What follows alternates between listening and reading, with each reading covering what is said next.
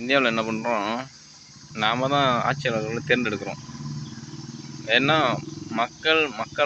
மக்களுக்காக தேர்ந்தெடுக்கப்படுகின்ற ஒரு ஆட்சி முறை மக்களாட்சி முறைன்னு சொல்லிட்டு நம்ம தேர்ந்தெடுக்கிறோம். ஆனால் இந்தியா ஒரு கூட்டாட்சி முறையில் இருக்குது.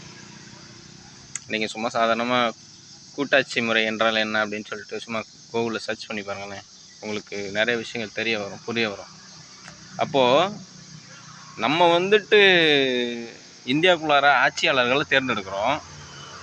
எதுக்கு கூட்டாட்சி முறையில் என்னத்துக்கு இந்தியா செயல்படணும்? அப்புறம் எதுக்கு இந்தியா சுதந்திரம் வாங்கியிருக்கோம்? போராடி உயிரெல்லாம் விட்டு மானத்தையெல்லாம் இழந்து எத்தனையோ பேர் செத்துருக்காங்கல்ல. இவ்வளோ நடந்தும் என்னத்துக்கு அந்த கூட்டாட்சி முறைக்குள்ளார இருக்கிறாங்க? அது என்னுடைய கேள்வி.